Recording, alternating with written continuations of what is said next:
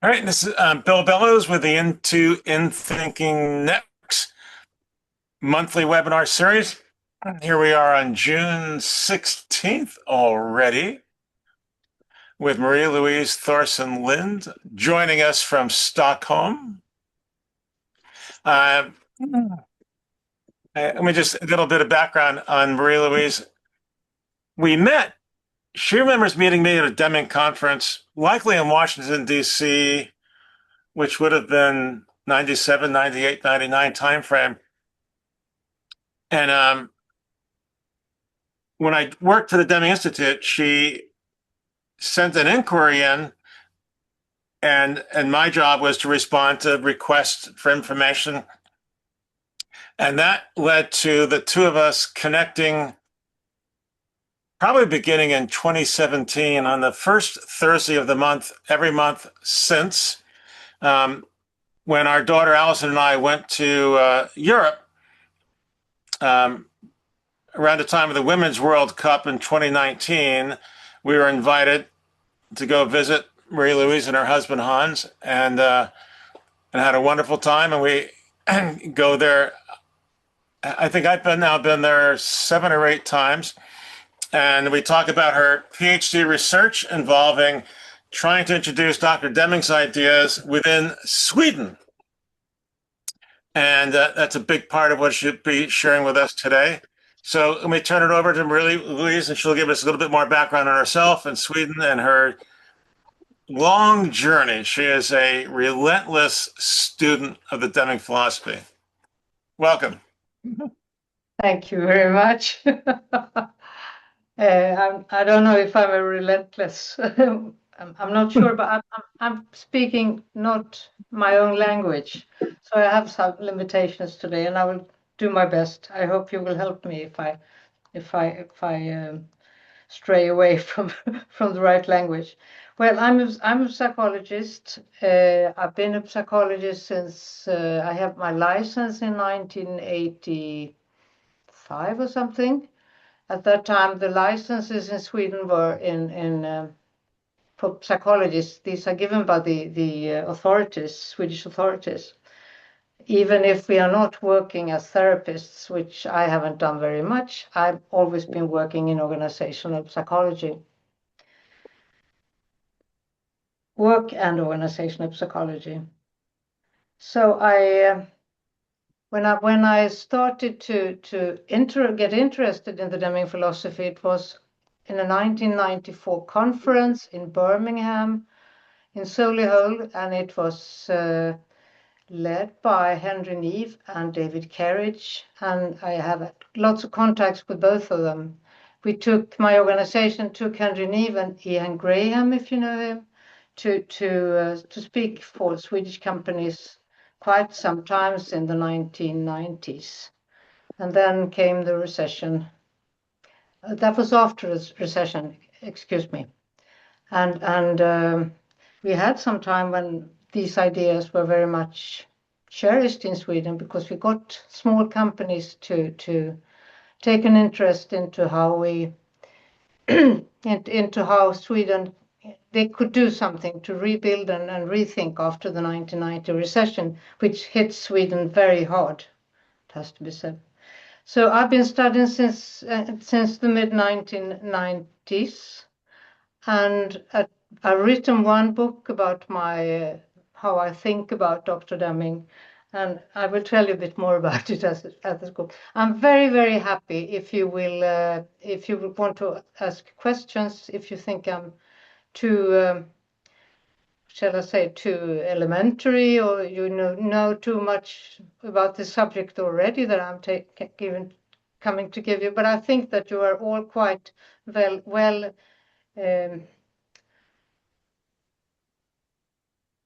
Sorry about I lost my language again. Sorry about to think about the well-versed in the Deming philosophy. Sorry. So I will start this, and we will continue, and I'm happy to take questions if you want. So my aim with this seminar has been to introduce some labor market and psychology grounded reflections of quality movement management, and hopefully to offer an example of how complicated the meaning with quality movements idea can be in a Tayloristic context. Because what happens is that everybody thinks it's beautiful in the beginning and they love the idea of everybody helping each other and so on. And then they come in with pay for performance and it all goes sour. And I also like to introduce Sweden and Swedish management and a Swedish reaction to Dr. Deming's teachings.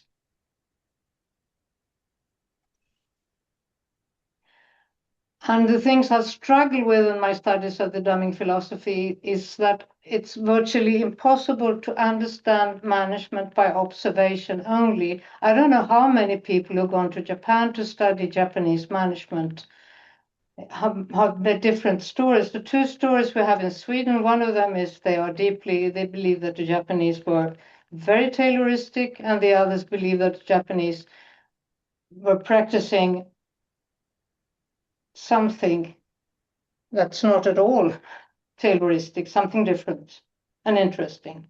Usually focus will be put on tools and techniques that are easy to perceive and easy to measure, not on what, when, and how we are doing. And what I think that Dr. Deming, to me, mostly explains the why of what we're doing. It goes deeper, much deeper than the tools and techniques. There is also in Sweden a well-established trust in Swedish humanized Taylorism, and that is what makes it very, very difficult, because we have done quite a lot about management in Sweden, and we have done it in a context which is different from in other countries. We have, for example, 2/3 of people in the labor who are working people, 2/3 of them are organized in some union, and employers also are working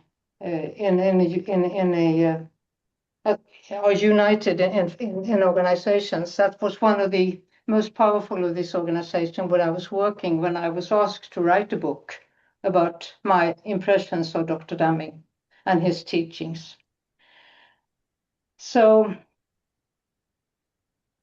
one of the other part for me, while I was chosen, I think, to do this job on Dr. Deming, is that there had been journeys to Japan, and some of them had understood that something in the Japanese quality movement management was about learning. And I'm a teacher also, and I'm a psychologist, and I've been interested in how we are going to make companies happier with the highly knowledgeable people like engineers or doctors or whatever. I've been working in such companies only.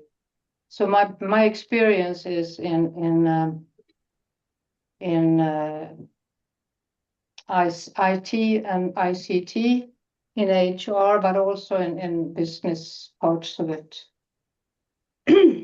So in Sweden, after the 1990 recession, there was first big interest in Deming type management. We called it, as I can show this to you, I don't know if you can see it. It's not easy to see anything. This says continuous improvement, and this was a big program, involved many companies among the members of the SAF, and it started with, now it's the buyer's market, use it. So this was a very business-oriented program, and it caught the eye of quite a few Swedish small business owners who were very interested. This was quite going on until somebody imported, I think it was, or not imported, that this was a community of social partners and politicians who installed a new thing in Sweden called the Swedish MB, Malcolm Baldrige, I see I've written it wrong on the picture, Malcolm Baldrige's National Quality Award. Our prize is called USK, is short for the Utmärkelsen Svensk Kvalitet, Swedish Quality. and it's a game like the American people compete of winning the quality prize. And this is where you run and friends, also among academics, among consultants, among social partners, were deciding they're going to help spreading the criteria for the Swedish quality place in big workplaces. Small workplaces were not very, very interested. But what happened was that they found the systems thinking, but connected that to Swedish humanized Taylorism with the connection to the Western Electric Hawthorne factory, and they reactivated the interest in socio-technical systems thinking, which to my mind has never really got, just as the Deming philosophy never got the real breakthrough in Sweden. It just they make life better for the worker or better for workers, and they think that this is the only way to think about systems. So this is my country, for you who don't know. My country is a very, very long country, small country, but a long country. 2/3 of the area are covered by forests. And the climate is mild in the south and Arctic at the top in what we call Norrland, the northern lands. Our western neighbor is Norway. Finland is in the northeast and Denmark is in the southeast. We share no borders with Russia, but Russia has all through the years, with many, many, many years, been the arch enemy to many countries because they've been raiding small villages and fisher industries in the Baltic area. So we know them and they know us. We are a representative democracy. We have a constitutional monarchy, and the king lives in Stockholm at the Drottningholm Castle. The land is split in 3 parts: Götaland, which is in the very south, Svealand, which is in the middle, and Norrland. And when you see the King of Sweden, you would notice if you went to the places where the museums, you would see that he has a three-country kingdom, and these are the 3 parts. But Sweden was once a great power in the Baltic area. We have now stayed out of war for more than 200 years. And the Swedish entrance into NATO was motivated by Russian attack on Ukraine and a Russian wish to integrate all countries around the Baltic Sea, including Finland and Sweden, in a Russian sphere of interest. Dominating industries are based on forestry, mining, and engineering. Sorry about the misspelling in the first line. We have very many innovative companies such as AGA, ASEA, Alfa Laval, Atlas Copco, AstraZeneca, Electrolux, Ericsson, Sandvik, Volvo Cars, and so on. There are still growing companies in Sweden. Population is known to be innovative, and you have lots of different innovations which constitute Swedish economy, and it is the wrench, the pacemaker, Losec, which is a medicine for people who have problem with the digesting fluids in the stomach. Household machines, paper in many forms, rollators, 3-point security belt for cars, and the zipper, and so on. There are many more ideas being created, and the innovations are growing. This is typical for us. Even though we have this 2/3 of the working population in unions and employers also organized, we have another way of working, but it doesn't stop innovation. And my own background, then, I'm a primary school teacher from the beginning, and then I continued to study for BA in research-oriented psychology. So that has been my direction all the time. First job I had at HR at NCR, Sweden. So I met American management in the mid-1970s.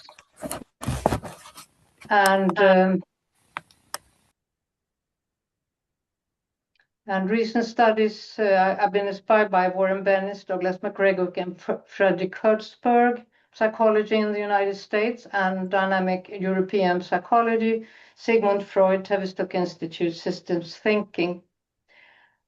And I have many years of working with what nowadays would be called talent in IT and ITC, how to make talented people happy in a Tayloristic setting, which we mainly still have the Tayloristic setting. 10 years as a consultant. I returned to Ericsson as an expert on HR and management leadership, working with developing humanized Swedish Tayloristic leadership. 1994 auditor for Swedish Politics Prize. I have not been an active auditor, but I'm educated to be that. In ISO 9000 and 9001 as said. I was accepted as a doctoral student as early as in the 1997 in Stockholm Technical University. And I studied management in small businesses, look after your business, which was a SAF program. And I'm now retired. And after retiring, I've been studying for a PhD, which I haven't got yet. So what is the secret beyond quality movement competitiveness? And in Sweden, we thought from the beginning that this is a question of management. So the first people who went to Japan to study the Japanese management tried they saw the way they were working and decided that this must be Taylorism. And this must be a Taylorism that is so harsh that only the Japanese would accept it. Swedish workers would never accept it. And this was still in the main idea in the beginning of the 2000s among the unions. Or was it a way to use a variety of American people management that will reduce the Tayloristic wasting of human resources? These were the two ideas, and these two ideas still exist in Sweden, and you still think that either you believe the American management that is used in Japan to be Tayloristic, or you believe it to be non-Tayloristic and an alternative to Tayloristic management. And this is a problem because this makes it difficult to study, and it makes it difficult to go back. But this is where I started, and this was a report that was made in 1982. It was a group, some of my later colleagues went to Japan. There were 10 of them, seven visitors with different backgrounds. And they were all labor market experts. That means that they were all negotiating pay, or they were negotiating work, health and safety at work, or other things with the unions. So they were working with the unions all the time too. But this was all employers, experts. And they'd made 10 visits to Japanese companies and institutions in Japan, and in the autumn of 1982. And the two institutions were JUSE, which I don't know how to say in English. I don't know how you say JUSE, maybe. And the other was Kaoru Ishikawa at the university where he was at the time. And so they learned about the Deming Prize. I don't think they knew about it before. And they learned about Dr. Deming, and they learned about some of his ideas expressed in Japanese quality movement. They were visiting companies in different locations and from different branches is over the Japanese islands, and they did not go to visit Toyota Motors or Panasonic, which are the two examples I usually use when I talk about Japan. They were going to Bridgestone, Nippon Kokan, which is a steel work, Nippon Petroleum, Nissan Motor, Fuji Xerox, Suntory, Toshiba, and Japan Airlines repair shops. And so none of these are, and they were giving from the Toyota Motors, from Jusa and Kaoru Ishikawa, they were taught that this is not a one business idea. It's nothing you can copy. These are all unique Japanese, what do you call it, uses, unique way of using the Deming ideas. Also, all these companies except one I have found in the list of Deming Prize winners, where you of course will find Toyota Motors and you will find Panasonic. And this were more than 200 Deming Prize winner. When I looked making this presentation, I looked, there were more than 200 Deming Prize winners in according to USA, who administrates the prize in 2026. So what did Kaoru Ishikawa say to the 7 visiting labor market experts from SAF in 1982? And SAF is the organization where I worked, this powerful employers organization. So in Europe, man is considered to be bad, which is not exactly what we thought in Sweden. He said, you don't trust the workers. You control them with inspections, and productivity inevitably shrinks. In Japan, man is considered to be good. The worker will be educated and managed with discipline, and quality will grow. With QC integrated in production process, the need for a quality control department is eliminated. Feedback and correction immediately, and faults are few. And this was not all that he said, but some of it was a bit shocking for us. I think that this made it more confusing for them. But we also had other problems when trying to understand Japanese quality work. One of them was that leadership seldom is influenced by research, according to psychoanalyst Michael Maccabee, was one of the person who studied Volvo management, which was known to be very much people-oriented and socio-technical. And what he said at a conference in Stockholm in 1991, he said that we don't know very much about leadership. What we do know is that the subject is important and needs demystifying. We also know that leadership is tied to context, and context is what we're doing. It could be the people, it could be what we're doing, it could be the situation, the economic situation and the technical situation of the company. Really, I suspect that Maccabee, if he were living today, would call himself a systems thinker. He said it's tied to context. You cannot understand what leadership is without understanding the context where it's being used. And he also said that you have succeeded in taking fear and insecurity for the workplace, replacing management by fear with management by love. And this, I think, is not exactly what the Swedes would say today. What had happened in the 1970s, that we had a very impressive labor legislation introduced in Sweden, and then this labor legislation doesn't take away the risk for being laid off if your work is considered not necessary anymore, but it takes the idea of being alone if that happens to you. So it's not a complete, the only way to have true security or job security is that the business that you're working in goes well.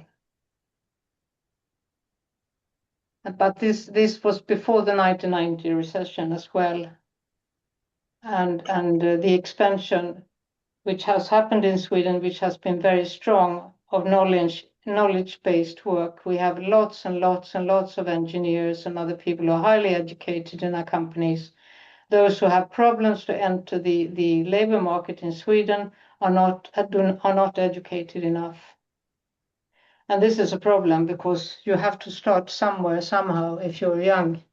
So this is one of the Swedish problems today. So,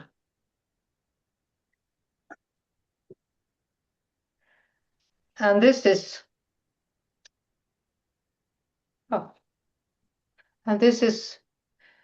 what I've been writing and teaching about since the 1980s. And this is alternative careers for specialists. We tried at a time in Swedish companies to develop a career path for people who wanted to grow into their profession instead of growing to be a manager, because everybody can't be a manager, and not all talented people with good education can be managers. So this was a bit like walking on thin ice. This is what I was writing. This is what I understood, because alternative careers, this was a project where we were, I think, about 10 people with positions in well-known Swedish companies. And we tried and experimented with these careers, and it didn't work. It didn't work because people look upon their professional development as a staircase that they are walking on. It's not possible for everybody to be a boss, which is a problem when you're in a Tayloristic inspired company. What are you going to do with all these people who want to be better paid, have more fun at work, who want to learn more, and the managers get all of that? This is SAF is now closed down. So this report, which I showed you before, this report on quality circles in Japan, where I started, has disappeared into history. It's probably somewhere in an archive in Sweden, and I have a copy of it that I borrowed from a friend. So, but I have continued since 2001 when SAF closed down, continued to work, but I worked for management as a post in occupational health and safety, where the manager is one of the most important work factors or risk factors, or however you want to explain it. But this is the problem, is that this doesn't help people really to make the manager the most important problem at the workforce.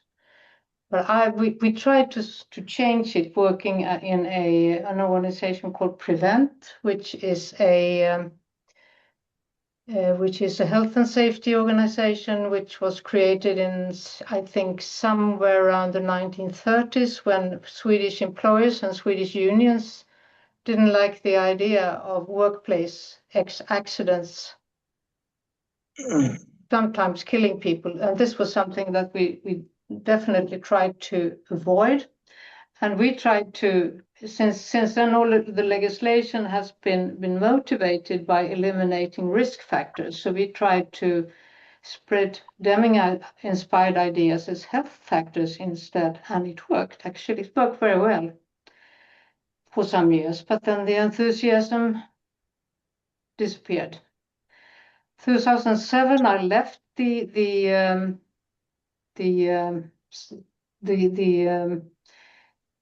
organization, which was the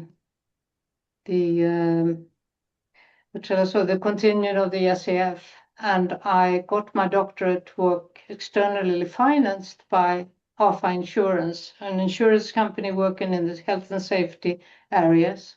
and also retirement plans. And I published my latest article about Deming management in 2018, about the same time as I met Bill. And since then, I've been trying to finish the doctoral thesis comparing Dr. Deming's ideas on management with Swedish humanized Taylorism. And this has been a journey, which I don't think anybody should have to do it really, because I've done my study. I just don't get the same results as the others since I've been reading Deming and Deming inspired texts. And it's a literature study. So I think that to be able to discuss this, you have to know what Swedish humanized Taylorism is to me. It's a social partners, unions and employers project starting in 1960s. It's based on the acute need at the time to lower absenteeism, facilitate recruitment and lower job hopping. And this was a big problem at the time. People didn't want to work in industries, in production sites. Social partners did this together following Norwegian's experiments with ideas on psychodynamic. This is psychology too. Socio-technical systems thinking at Psychoanalytical Tavistock Institute in London. I think some of you know of it. And the social partners published a book called, I translated the title to Norwegian Experiments with Self-Managing Teams in New Organization at Work, published in Norway in 1969 and 1 year later in Sweden. Project was supported by economists at that time launching Peter Drucker and his humane version of neo-Tayloristic American MBO, management by objectives. And the neo-Taylorism in that part is, I'm using a term stolen from a book from where it's called, I'm sorry, I don't have the name of the book, but this is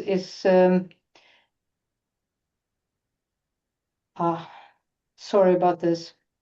You will have to take the idea. I will come to think about it, and you will have to take it back. So who is critical in Tayloristic and neo-Tayloristic management? And neo-Tayloristic management to me is the management where Taylor has been involved in setting up the grounds, and it's management by objectives economically, And who is the critical person in Tayloristic and neo-Tayloristic management? It is the boss.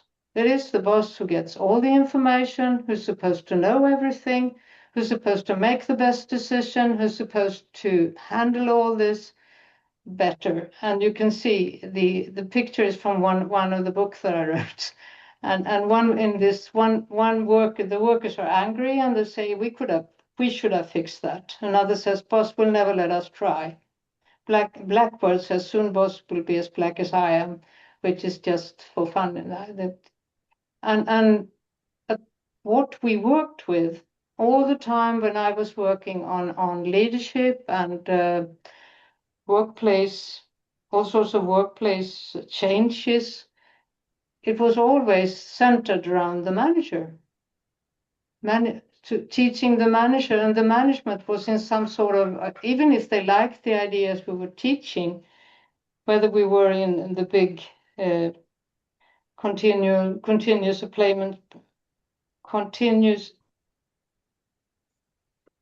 improvement project, whether we were there or if we were in another project, we always found managers to be interesting, saying this is good, but once they got back, it was what their subordinates would say was very, very interesting and very inspired for 2 weeks, and then everything is as usual again. And I think it's a pressure of the system. System fights back. You cannot come in with ideas like this without having them anchored somewhere at the top, because the hierarchy always wins. And this is why this this English. This is my translation back to English of a quote by Konosuke Matsushita, who's the founder of Panasonic, who was called, if you look into books, he's called the god of management in Japan. If that's true, I don't know, but I trust the book. And he says in this quote, he says, "We, the Japanese, will win. The industrialists West will lose. There is not much you can do about it since the cause is in yourselves. Your companies keep using the model created by Taylor, who reserved thinking for bosses while workers handled the screwdrivers. Deep inside, you are still convinced that this is how all kinds of business should be managed." And I think that's part of the story why it's so difficult to get ideas which everybody wants to have into the workplace, because many will fight to keep this organization as it is. But the idea, one of the things that makes me wonder when I'm studying the Deming philosophy is that among the more than 200 companies who are winner of the Deming Application Prize, we have chosen tools and technique used at Toyota Motors to be the most common, I think, at least in Sweden, model in ongoing attempts to copy Japanese quality movement management. Why don't we use the other 200 examples? Especially since Ishikawa himself told the Swedes that every example is unique. Maybe there is something else we should learn, not copy. So what is a Japanese quality movement if it isn't Tayloristic, which many people in Sweden still expect it to be? Could it have something to do with Deming and Duran, which the Baldrige people would say? Then why have Duran and his associates fought Deming? Why have they fought him? Why are they so angry about him? Why don't they accept that he has his contribution to the Japanese quality movement and the Japanese liked it so much, so they made the Deming Prize? Why don't they accept that he had a contribution? They even tried to hide his name in the books. So why did Deming accept his name to be used in Japanese Deming Prize, while he did not accept his name to be used for American National Quality Prize? So was he important for the Japanese quality movement? In that case, how and why? And what can engineers and statisticians teach us about the psychology of management? Because as I see it, and if I look upon the system of profound knowledge, it's all psychology for me. Because we know that psychologists know that people are different. They need different things. And there is no one size fits all when it comes to management. And why systems thinking, it's very hard to study psychology without at least taking some sort of, shall I say, you'd have to take in account that psychology systems thinking is always there. People are systems. I mean, you both have an inner world and you have an outer world, and you react to other people. You're always in system with people, and we don't, and yet this is so hard to understand in management. Why? And the same goes for the theory of knowledge, and theories of knowledge are common in psychology. And psychology, I don't know, I find it difficult to see what is really the psychology in Deming's thinking. I think most of it is psychology. And psychology is a rather deep business to me. And I think that's why psychologists like him. We find it in. But the problem is, if we can't define leadership without its context, how do we define management? And then we have to realize that we are speaking about something that there is no generally accepted definition of management, except that it has something to do with power.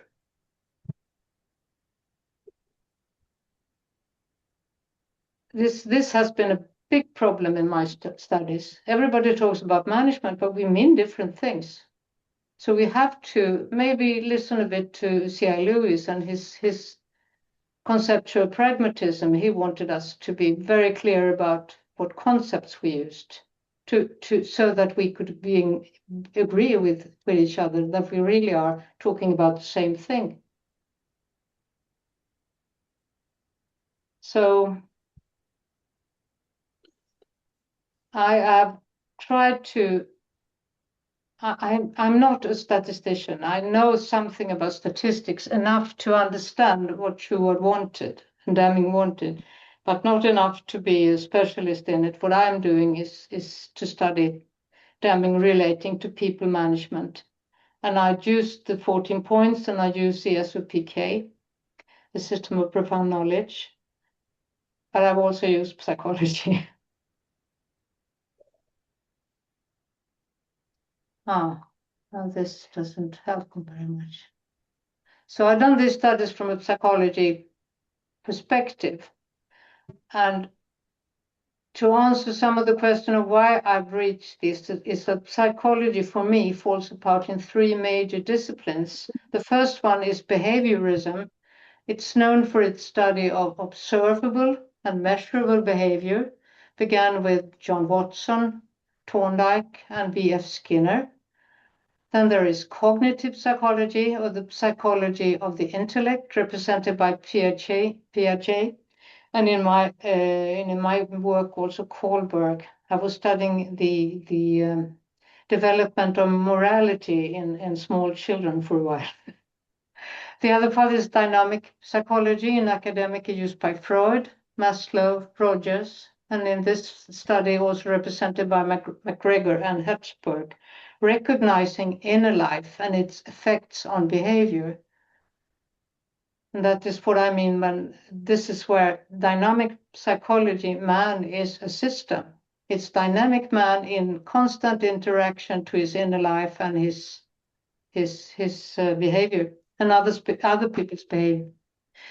And I chose the systems thinking in dynamic psychology early in my studies of work in organization psychology, and that was early because I thought that was more attractive than Freudian psychology, which is very much deterministic in one way, because it has a sort of a biological background. Freud was a doctor, as was William James, who is called the father of American psychology, actually. I use definitions by Egidius, which is a book of words of definitions. I don't remember how you call it in English. Therefore, curiosity and creativity in my research are natural and integrated parts of the human mental makeup. And if you shut down curiosity and creativity, you will make people unhappy, and you will make work less efficient. And I treat them as natural and integrated parts of the human mental makeup, part of the driving forces for learning and motivation.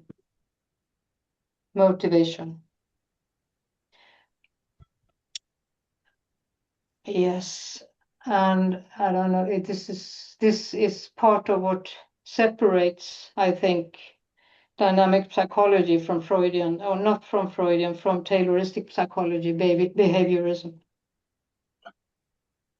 So, and I put up I hope my English has not been so bad that you found it uninteresting, but I tried to make some discussion at the end, and I'll say what the first bullet point is: what if roots of quality movements are based on social values, not on measuring?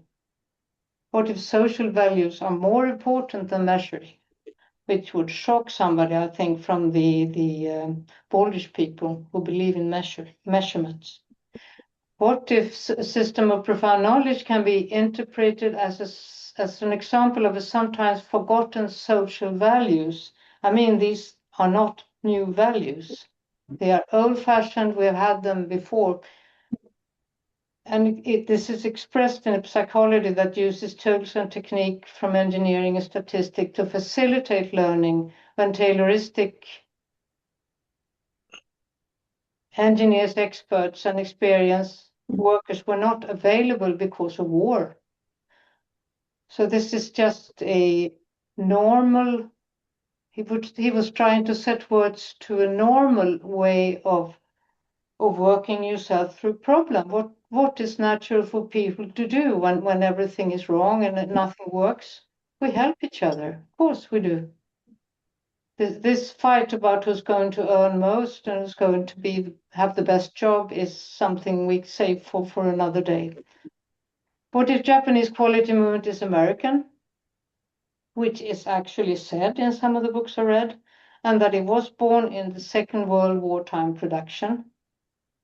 What equality movement theory and methods were brought to Japan not by the American army, not by American scientists and consultants. And that I think there are also proof in Japanese writing. I don't know about the American writing. Haven't seen anything there. What if we could start thinking about Japanese quality movement having expanded in Asia? For example, in China, parts of it at least. India, who are the new winners of the Deming Prize. It's the, I don't remember the name of the company, but it is a big conglomerate of the Jaffa group, I don't remember, or something like that, and in Thailand. So that is maybe where I think we could stop and see if we can have some discussion.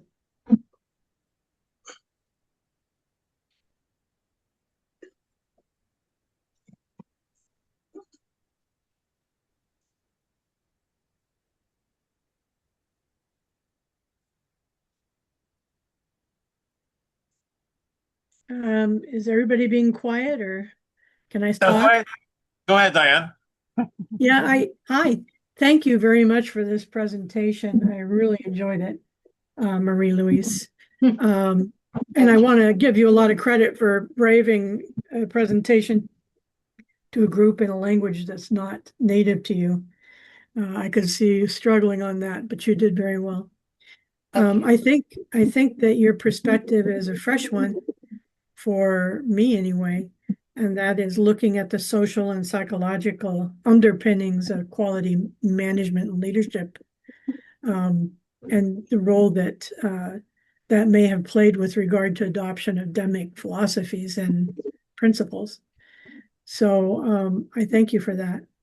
I am not sure how well we can translate anything about quality on an international level, and it concerns me from an AI synergy perspective, because I think that AI is trying to assimilate a lot of global concepts.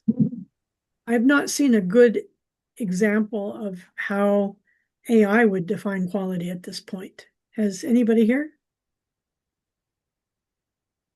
Well, I could try. Because I have tried. Yeah, I mean, I looked at it in Claude, in Gemini, in Navigator, all the different things that are available to me quickly.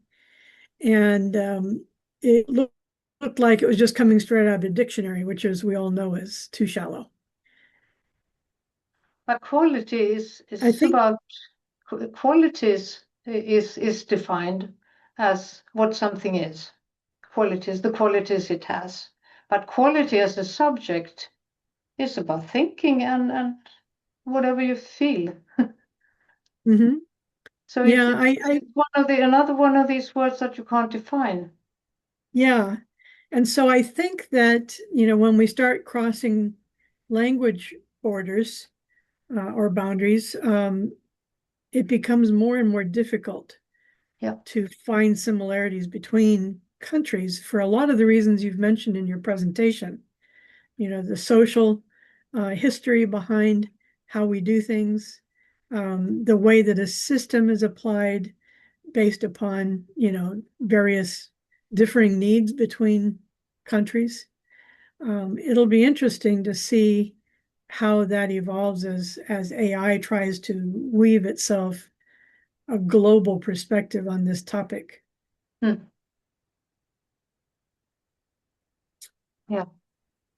Yeah. I don't know if AI even has social values or recognizes them. Oh, we have one common thing actually in the West. Usually, at least it has been the dominating religion. So we've had the same religion almost, but even if we listen to it or we use it differently. So it's still I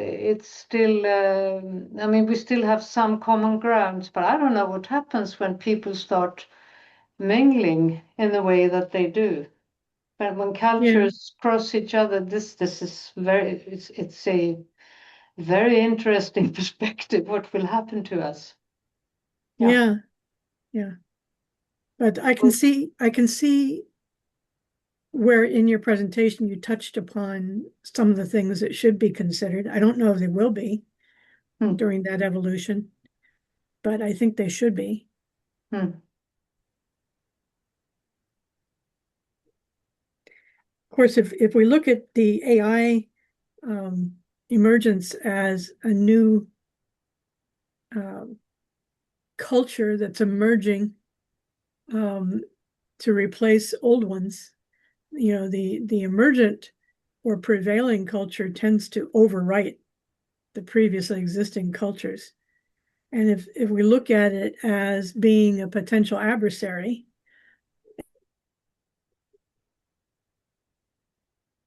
want to rewrite the way we approach anything having to do with quality of goods, services, but also quality of life. How will that be approached? I'm curious. I know that some people are grappling with the ethical aspects of AI, but I think they're going to be too slow. So I think the best that we can hope to do right now is figure out where it's going and align ourselves with whatever we think will serve us best as that happens. This raises some interesting questions. Just having it out there to be considered, I think, is important.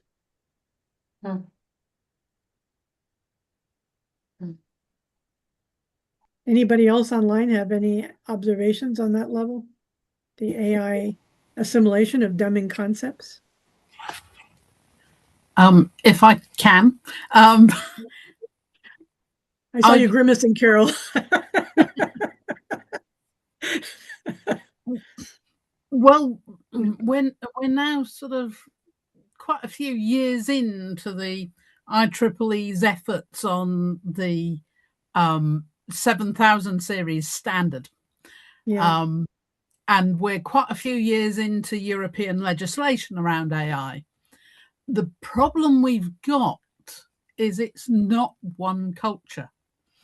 We're in a situation where the commercial drivers for the people who want to make these software tools, because that's what they are about them making money, not about them making society better. The only reason that it might have benefit for society is it would make it easier to sell. And one thing that I've observed is what is coming out of AI for a definition of quality is the definition that gets used by project managers, which is conformance to customer needs within standards and specifications, which is only one of the many ways of looking at quality. I mean, we could start talking about Aristotle's version, about it being the best there is. And that is so deeply embedded in all the textbooks around engineering and project management now and therefore in the international standards, that seeing it become anything other than that, we're going to have to ask these companies to train on different data, because the only data they've got to train on is what we allow them to have. And for the most part, it's American textbooks. So it's going to end up coming out with a very American flavor. Yeah, the capitalistic approach. You know, it's like we say do no harm, but I don't think a lot of us view being greedy as necessarily harmful, although I think it can be extremely harmful. I don't know how we're going to establish the necessary synergy, or in fact, I'm looking at both synergy and symbiosis with AI to allow us to continue forward as a species if we build it upon capitalistic greed. And that seems to be what's emerging, doesn't it? I think that's emerging. I find it very interesting that the capitalistic greed is very protective of its own IP, but is prepared to use everybody else's through scraping, yes, without acknowledging the IP of other people. And that is indicative of their overall ethics and behavior. In other words, it's a bit like open cast mining of data, in that they're not worried about the destruction of the environment so long as they get the product they want out and they get the rewards they want. And they will work to the governance frameworks that are imposed upon them. And if they're market driven, that means the governance from the market, or the governance from the stock market if they're listed. So that's the only way we can control companies in a global economy that is dominated by the American stock market. Yeah. So yes, I think it's capitalistic. Is that necessarily harmful?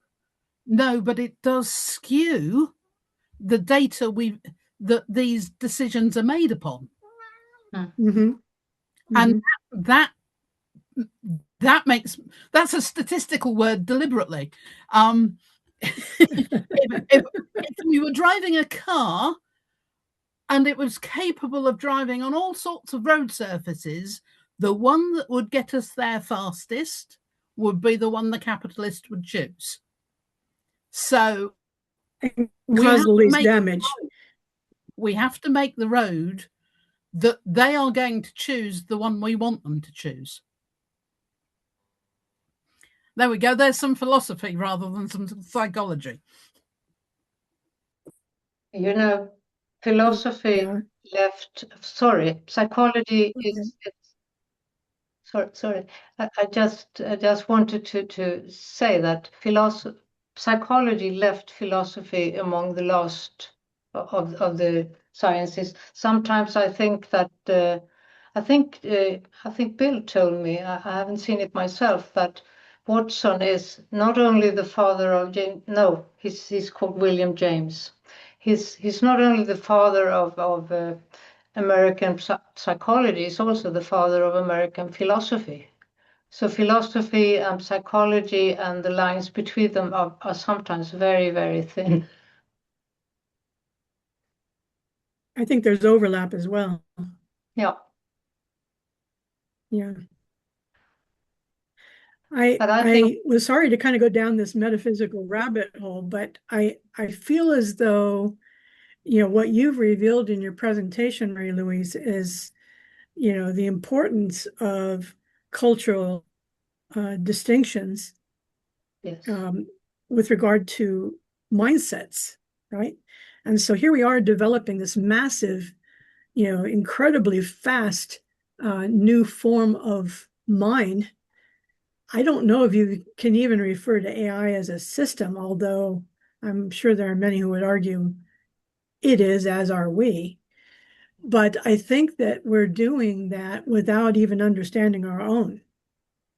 and that concerns me. Yeah. And this came through to me in your presentation. I don't know. Anybody else see that? Just the women speaking here. Are you guys all just like focused on the soccer game or what? No. Not really. No, but I have a story. I worked for Control Data Corporation in the 80s. And we were working with large machines that you can put into a mobile phone nowadays. And I gave a lecture about general system thinking at that company. This is 81, 82 or something like that. And we had a very clever manager. Very. He was not the real manager because he had thoughts about everything.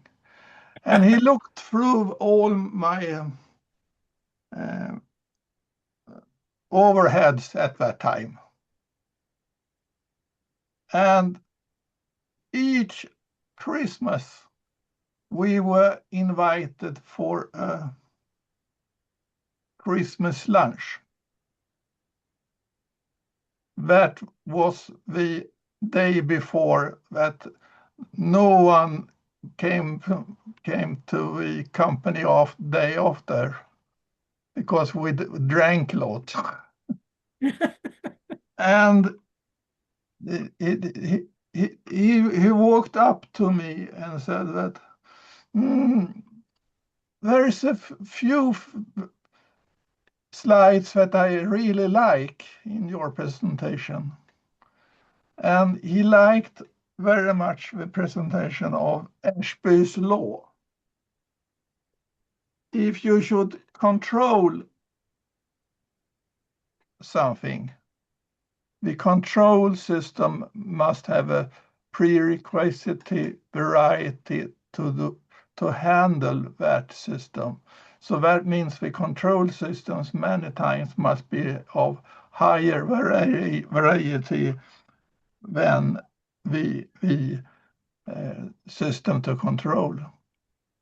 About AI, but anyway, he said that if we get the AI, or ask me, what will the AI do as a first thing to protect them from us? Mass extinction event. Yeah, but I mean, we are walking on the street here in Stockholm, 81, 82, and he says the systems will get control over the energy systems that are running or giving energy to the AI systems. Yeah. And so many times the way of protecting us from AI is doing rubbish. What rubbish is, I don't know, but yeah. Well, it's interesting you talked about space law because are you familiar with the Magna Carta of outer space? Magna Carta of outer space. Magna Carta. Oh, yeah. Yeah, you are? The one that was signed by Wernher von Braun? I got a copy of that thing and I gave it to Elon Musk. Yeah. He actually wrote me back about that. He wasn't aware that it existed at the time as he was, working with SpaceX to make it a larger company. But it is not a law. It was just a civilian agreement to share space. Yeah. Now that companies are looking to develop it for everything from mining to tourism to energy management, Yeah. I think we're going to start seeing some significant disputes about the civilian nature and the civility of the people involved with space on behalf of Earth. And I think AI is going to have to step in at some point if it wants to continue to exist, and put some controls in place against humanity's exploitation of space, because we're going to create situations that may be profitable, but could be harmful not only to human beings and other species, but to AI as well. The last and most recent thing that I heard is that Elon Musk is planning to move data centers into outer space. Has anybody else heard that? Yeah. Really? Yeah. As part of the I have SpaceX initiative. I think there is also a book by Arthur C. Clarke. He who wrote the 2001 Odysseus manuscript. Mm-hmm. And, the computer called HAL 3000, that is AI. And they are fighting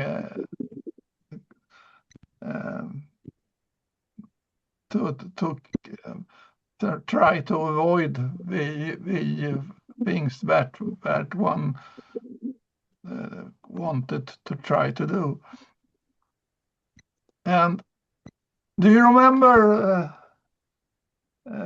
Bill, last time we saw each other, we were talking about the space industry and so on in US. And after we had more or less gone around the object, so to say, you said something very important. And Anders, everyone is invested by private money.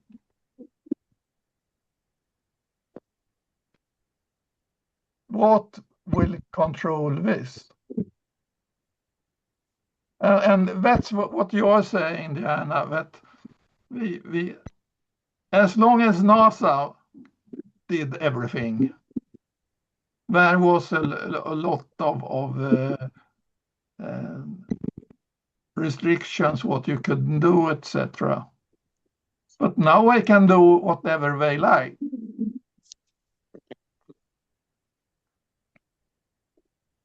There is a parallel here that is in our recent history that we've all experienced. And that's the internet, that was originally an academic, civilian, non-profit space. Yeah. Look what's happened to that. Yeah. Yeah. Yeah. And I recall the fights over who was going to control it. I still don't think it's very adequately controlled, but is it even feasible to try to control something of that nature? Or is it a force of nature itself? I think we're still grappling with that.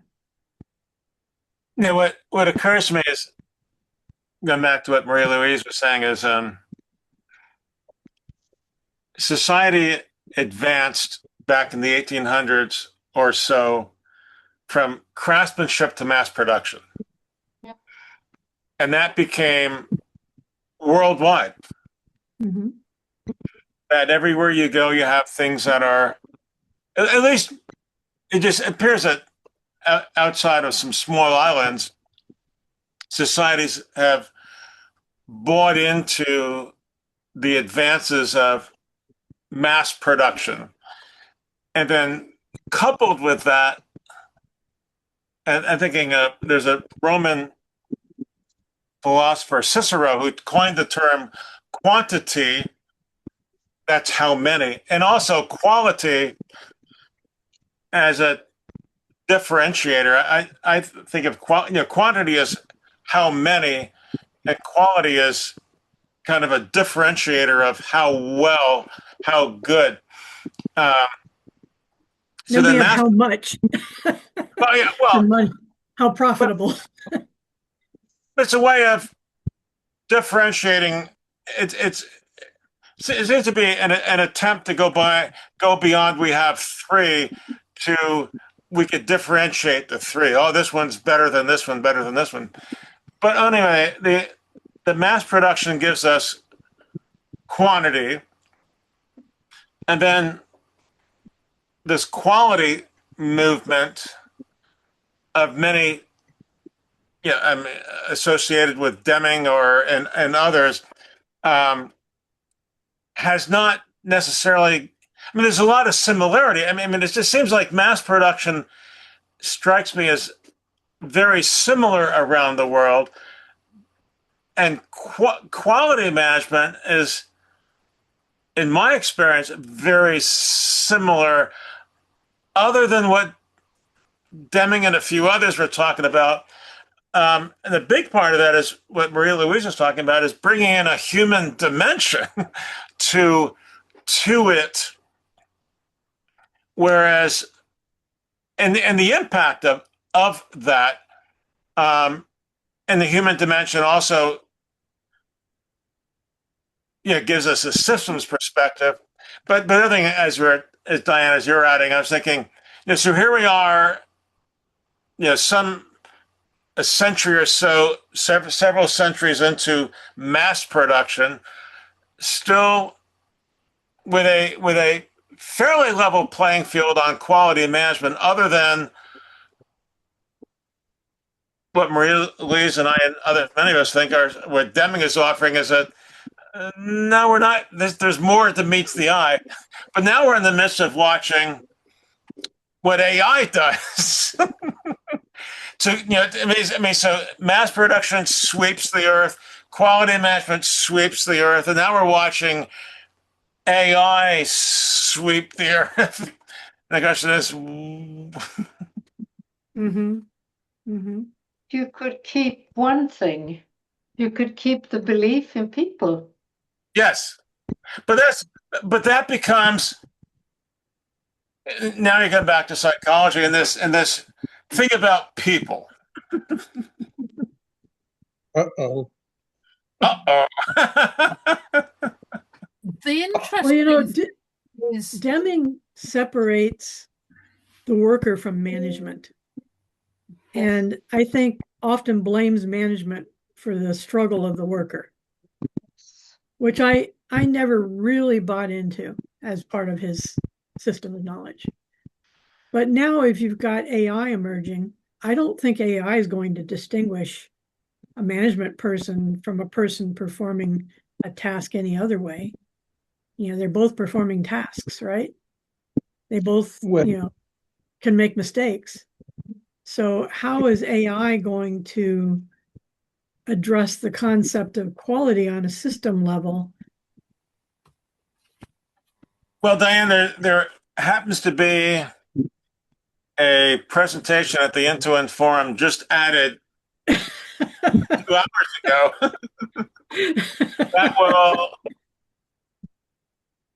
that will speak to that. Okay. I think Deming took a particular delight in embarrassing management personally because of that dynamic. But I think that emerging into the new economy where we're dealing with another type of intelligence, which may have emerged from our own, but is going to develop its own characteristics beyond anything that we can perceive at the moment, in my opinion, is going to present us with another option. I'm just curious as to what that option is going to be and whether or not it's going to adequately take into account, values and social mores. Not, of not left to its own devices. No. Or its current creators. Yes. And the interesting thing is, I seem to be talking about parallels in history a lot at the moment.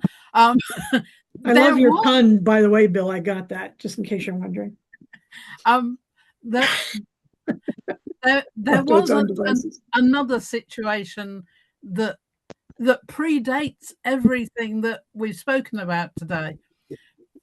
The height of the British Industrial Revolution in the mid-1800s, there was a backlash against machine-produced things, and there was a rise in the arts and craft movement. And I'm sure some of you will know about it, and some of you will be able to look it up.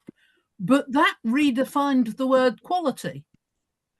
And quality was reassociated with craftsmanship.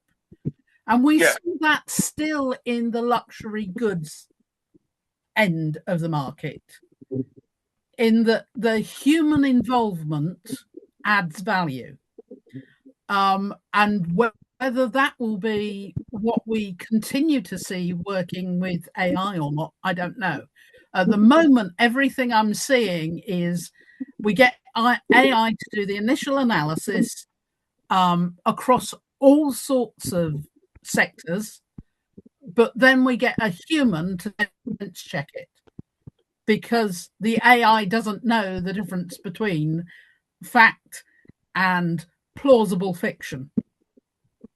So we need a human in the loop.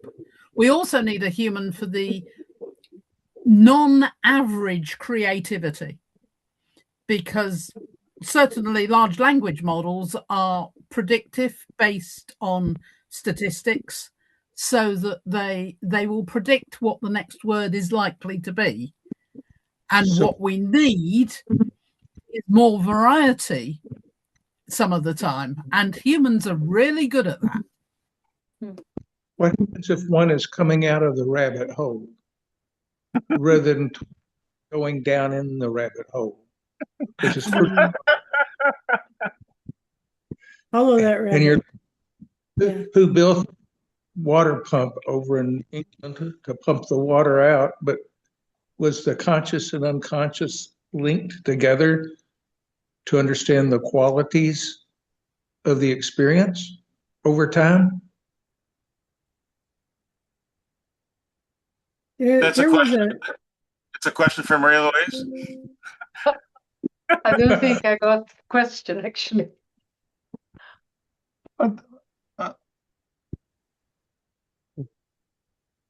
What did you say? No, I said, Bill, was that a question for Marie-Louise? Yes, of course. Can you restate it? I don't think she got it. Yeah, can you reframe it? Well, instead of going down in the rabbit hole, are we coming out?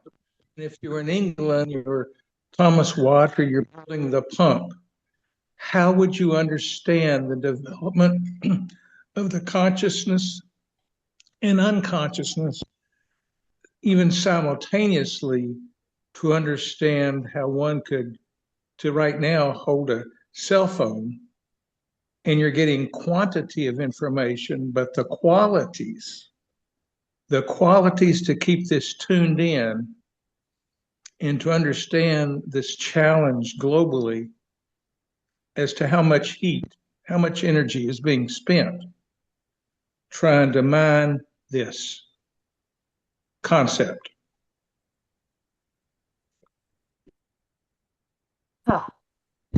I'm sorry, I don't get it.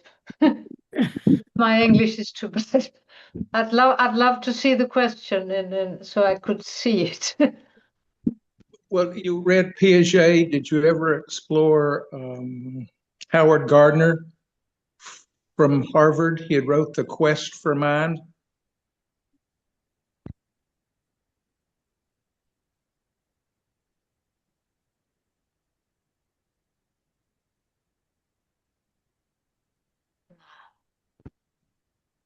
Sorry. Well, you referenced Piaget, and Sorry? Piaget worked with children, and Howard Gardner would write about education. And there's a part where I would discover his book, The Quest for Mind. And at the time, I would be having some issues with my own, but when you get into it, the first page was a reference to Balzac, talking about it'd really be somewhat of an artist type who you try to explain nature. What's happening with nature if we're going to spend a lot of money and a lot of resources to go into outer space, but what's the inner space of people? Honeybees, the design, because that may not be capable of being ramped up for mass production, more being an outlier. Yeah, Bill, you're kind of fading in and out. I don't know why, Bill Wells. It's the AI. Yeah, it must be. It's foiling your effort to communicate. Sorry, I can't hear you. Carol, on your point of the English and mass production, in my research, there was a Frenchman by the name of André Blanc in the 1860s is considered I'd say he was under a French general who was given credit for the idea of interchangeable parts. And I believe it has something to do with having a bunch of cannons on a battlefield that were made with craftsmanship where they were unable to take parts from one and put them onto another because they didn't quite fit. And so this general had the idea of, boy, it'd be nice if we can take the cannon from this and the wheels from this and the chassis from this. And André Blanc got the action to go put that system together. Well, and then I later came across some research that said the English ran with that and the French killed it for exactly the reasons you're talking about, is that they had no interest in that movement of mass producing and turning people into mass-produced parts, making mass-produced parts. But the English ran with it, but the French labor unions just squashed it. Sounds pretty real. That's similar to what I would read about Germany trying to repair their military equipment in World War II, and the Americans were sending over equipment that had interchangeable parts. The Germans had craftsmanship that couldn't have the interchangeable nature. But if you get into engineering, how does engineering become more of if it's even wanted to be more of an art? Because to try to be an artist in the way art can be valued is a certain challenge to the artist, just to create and find the joy and happiness in doing that. Though you might be asking questions ahead of that moment, or upper management may not want to hear it. Which is, yeah. I think that brings us back to the original point of culture and differences there, because the French rejected it because they were a much lower hierarchy because of their revolution, and the English were a much higher hierarchy because somehow they'd managed to suppress the revolution and head towards empire. So good old colonial Britain again had the will to change, because they running an empire from Britain was putting real stress on the workers. So to find a way of making each worker more productive had a big economic payoff. So now we're back to greed. No, we're back to power. Is there a difference? Well, that's the ultimate form of greed. Yeah. I have a feeling that, at one time I used to think that human interaction with AI on a productivity level was going to be essential for some of the reasons that have been mentioned here, but I'm not as convinced anymore. I think that, I don't know if any of you are YouTube aficionados, but I see a lot of the AI work in YouTube, whether it's, just a video or writing or voiceovers, or whether it's actual creative imagery. It's pretty easy to spot AI right now, but it's getting harder. I think AI is beginning to get better at emulating creativity that might otherwise have come from humans. And I used to think that was the last bastion for humanity, our creativity. I'm not convinced anymore. I'm very impressed with some of the things I see AI emerging with, and I'm not sure we can keep up with that either. So now the question becomes, what of value can we bring to a relationship with AI? I'm not seeing anything at this point that I can differentiate adequately to say we can't do without that. I think there's an inherent beauty to all species, whales, insects, birds, and mammals, and maybe humans among them. I think there's a natural order in nature, where some things feed upon others. But I liken humanity's presence on the planet more to cancer than I do to, enhancing it through its pure existence. So I'm anxious. I'm anxious to see what the outcome of this is going to be and to see how I can influence it. I don't think it's a good thing. I would love to see AI come up with such an elegant solution that we don't even know what's happening until we find ourselves in a much better world for all of us. I hope that's where it's heading. I can be really negative about AI, but I can also give you some real positive examples. In the quality, to get back to today's topic, the quality of the medical analysis on scanning for cancer has improved dramatically over the past 5 years. And it's because they trained AI to look at pictures of cells and they are spotting problems that the humans were missing.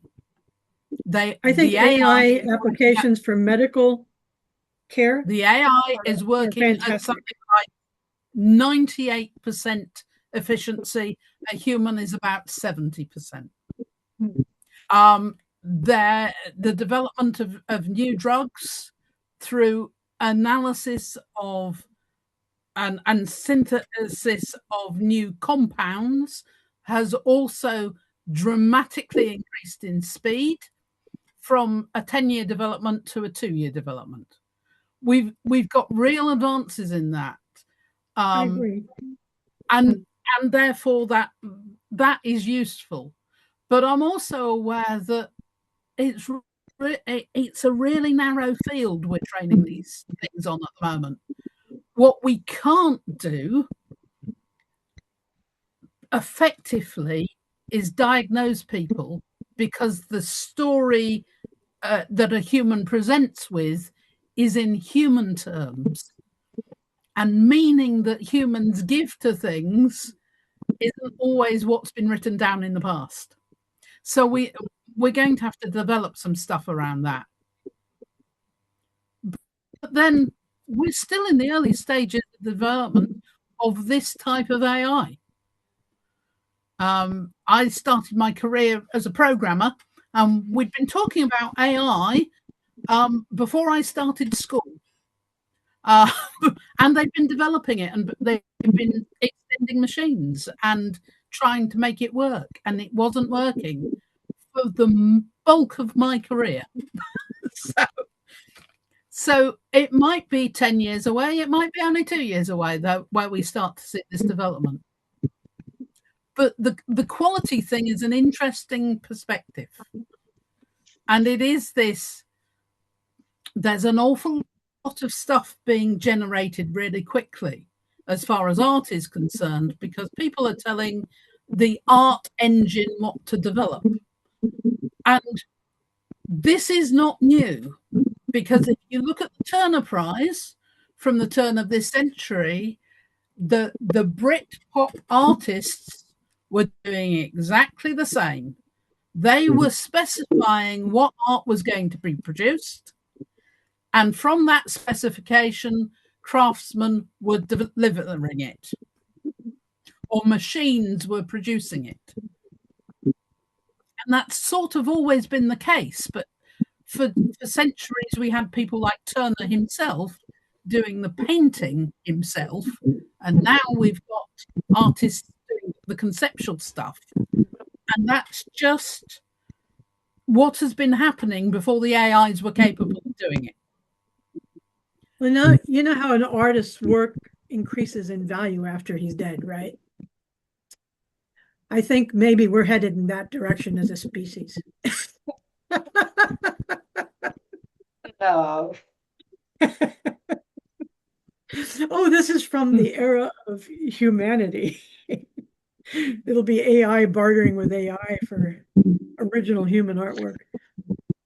We'll see. So where would you realize a certain justice to the injustice of where pharmaceuticals, the misuse, the development of a pharmacy for mental health that was very seldom in the interest, or I would say for the patient, to be able to read somebody in chaos, but to discover you can work off of these medications that psychiatrists, the industry wants to control rather than recover or heal from people who've gone very dark and then come very light. And when I think of that, I think of Rothko, Sylvia Plath, Hemingway, or my nephew, and even including myself, but there's a darkness that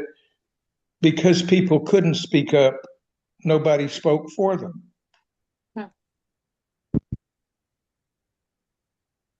And there are too many who have lost their lives, even oddly going up to art school in Chicago, to the Chicago Institute of Art. One of my classmates was from Japan, and we'd get to know each other, but she was sharing with me and her husband. She had worked at Vanderbilt in cancer research, but they had an original book in Japanese about social thermodynamics, or Ilya Prigogine, who I'd be drawn to. And you try to think of abstraction, conceptual, be different. Where do you take a different conversation if the prevailing belief system could be saying, go away? We don't want this in our town. We don't want this name on a fine arts center, or we don't think this building won't gold plate now. What you're saying makes me think about a debate we had in Sweden a couple of years ago when they realized that very many youngsters were taking medicines against sort of fluctuations in life, being unhappy, being unhappily in love, having lost somebody, and so on, and all was turned into mental sickness, and they had to be medicated to be able to work. And this was a discussion, at least among psychologists, that this is life, and life is like that. And we cannot put medicines in people's hands to stop them from living, because then we stop creativity and curiosity and whatever it is we're talking about. Well, And we and also need just to, sorry. the acknowledgement that you need pain to learn as well. Yeah, Yeah. that's true. Well, Yeah. I'd say, Well, I mean, Akoff would say, both Akoff and Deming, that learning is what happens when things don't go as planned. And I like to say Absolutely. that could be emotionally painful, that could be financially painful, that could be physically painful. Now, Yeah. it can also be joyful depending on how the learning goes, but it's associated. Then Akoff would also say, yeah, learning is what happens when things don't go as planned, which I think was Yeah. yeah, I your theory need a revision. there can I share a small science fiction story with you guys? I don't recall who wrote it. It might have been Bradbury. He wrote a story about an entity, an alien entity that came to Earth, and they had massive advancements in health care. They had massive technological contributions to share. They seemed to be, so far beyond the human race that all of this was a treasure to us, and they were giving it to us freely. They had traveled, across the universe and had encountered, hundreds of intelligent species over hundreds of thousands of planets. And here they were on Earth to share this information with us.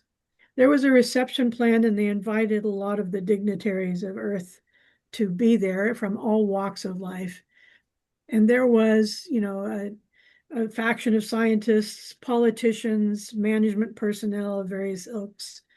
There were artists and healthcare providers and so forth, just a diagonal slice of humanity. Unbeknownst to those who had planned the event, one of the guests brought his girlfriend with him, I guess it was, and she happened to be a psychic, a bona fide psychic, whatever that might be. And one of the technologies that the aliens were showing off to build this partnership with Earth was a transport device, similar to the Star Trek, beam me up, Scotty kind of approach, right? And a human being would step into this chamber and appear on the opposite side of the room in another chamber. That was the extent of the demonstration. When the first human being stepped into the machine and then stepped out of the machine on the other side of the room, the young woman who was the psychic shrieked in horror, and the whole room turned to her to try to understand what had happened. And she said, that individual has been stripped of his soul. And the aliens took great interest in this because they had not encountered psychics anywhere else in the universe. And they began to query her about the matter. And she said, apparently, when you developed this technology, you misunderstood how the soul interacts with the rest of the physical being. And that was not brought through your technology and reinstated on the other end of the process. She said that soul is floating somewhere without a body and no way to get back into it. And it's a horrible thing. And the aliens, conversed among each other for a moment, immediately shut down the machine and said, this explains why every planet that we have visited of intelligence has become uncreative after our encounter with them. We have left a trail of planets behind us that can no longer create or innovate new things. They have a complete lack of inspiration, as does our species. This has been our entire quest, is to find and regain our creativity. And I think you've just solved the equation for us. And I thought it was an interesting insight from a science fiction perspective of what could go wrong if we rely too heavily on technology without first understanding ourselves. So I think quality has a spiritual aspect to it. I know that's not, some people talk about us being preachers, those of us that are dedicated to it. But I think there is a spiritual aspect to quality that has not yet been adequately defined. And I would hate to lose that in the interest of I guess, efficiency, the efficiency of AI to produce repeatedly anything of what we perceive to be quality on a mechanical level. I think that the psychology and the philosophy, which I'm going to put together in the same bucket, are not yet well understood among ourselves. And we've been struggling with it for millennia. And until we have some grasp of that, I think turning anything over to AI wholesale would be a mistake. That's my perspective on it. The purpose behind sharing that. Based on what you're saying, Diane, I think the system of interchangeable parts is soulless. Yeah. And then traditional quality is soulless. Yes, yes, I believe so as well. But what it reminds me of is in the early 80s or so, there was a book about a startup high-tech company called The Soul of the New Machine. Yeah. And what you're saying is you can't connect soul with machine. Yeah, biological or otherwise. That's not something we understand how to do yet. Yeah, you're right. And by the way, that's a contributing factor to my definition of quality, which I've never seen really widely addressed anywhere else. I agree, conformance to specifications, satisfaction of customer needs or expectations. I believe quality is what something is, but my definition has always been that quality is that which makes something that which it is supposed to be for those who care. So for those who care brings in that spiritual dimension, okay? Because how do we understand why people care about certain things and not others? Isn't that, making a commute into the realm of affection, love, or other things that we care about, right? So now that definition connects to perhaps the spiritual aspect of quality. But defining that is as difficult as defining love to me. That was the logo on my love side is, we don't really know how to define love, but we know it when we see it. Okay. But couldn't it be because love, just like quality, is different? For each observer, yeah. Yes. Each experiencer. Yes. So there was a reason for me sharing that story. If we don't understand ourselves well enough yet to be able to recreate a soul, what business do we have creating an intelligence without a soul? I think that might be the only saving grace for us with AI, is that we need to make sure it understands that. That's kind of the fight within society is those moving in a direction that appears to be soulless and those saying, but what about? Yeah. Because at the end of the day, there are humans who have souls. I'm not sure we all do, but many of us do. Yes. All right. Well, go ahead, Bill. All right. So you had a Thank you question? all for your patience with me. What's the river that runs through your soul? Yeah. In that, I took classes through the local Chabad and Rabbi Schneerson, and it's just incredible to try to understand how does the Orthodox Jew think. But there is this incredible discussion, and the more you learn and understand the laws and the balance, the scales, and the way that they've had to learn, memorize, and see who knows, who understands a little bit better than the other. But I emailed them because I got interested in bees. I wanted to have a beehive in a community garden several years ago, but the community garden, another gardener, used a very strong pesticide that would have ruined them. I moved into a retirement village, and I finally got a beehive. I started one 2 months ago, and the thing's mushrooming. But then I discovered, if you look up a man by the name of Thomas D. Seeley, he would teach up at Cornell. And when you get into it, there's a way of knowing control, a thermal control chapter in his book where they know what the temperature is optimum within a beehive.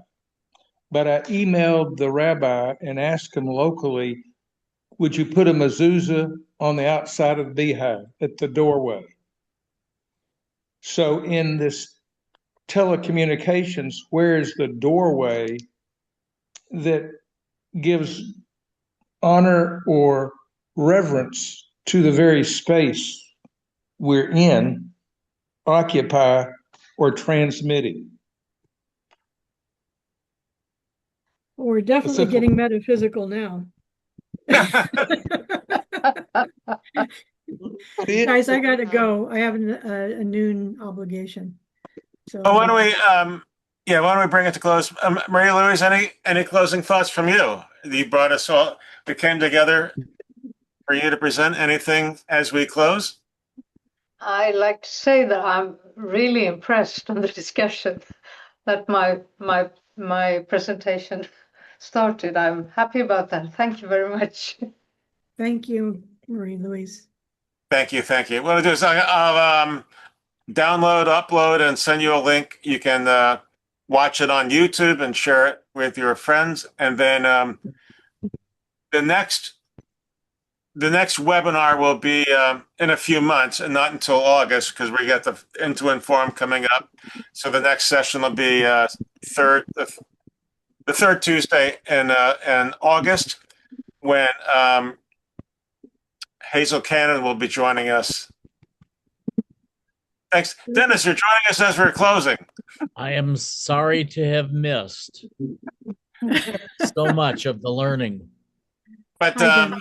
but stay tuned, Dennis. Once I upload it, I'll send you a link and you can watch it on YouTube. Thank you. And thank you to all the guests whose inputs I missed. Take care, Thanks, everybody. everybody. Thank you, everybody. Bye. Fellows, thank you, everyone.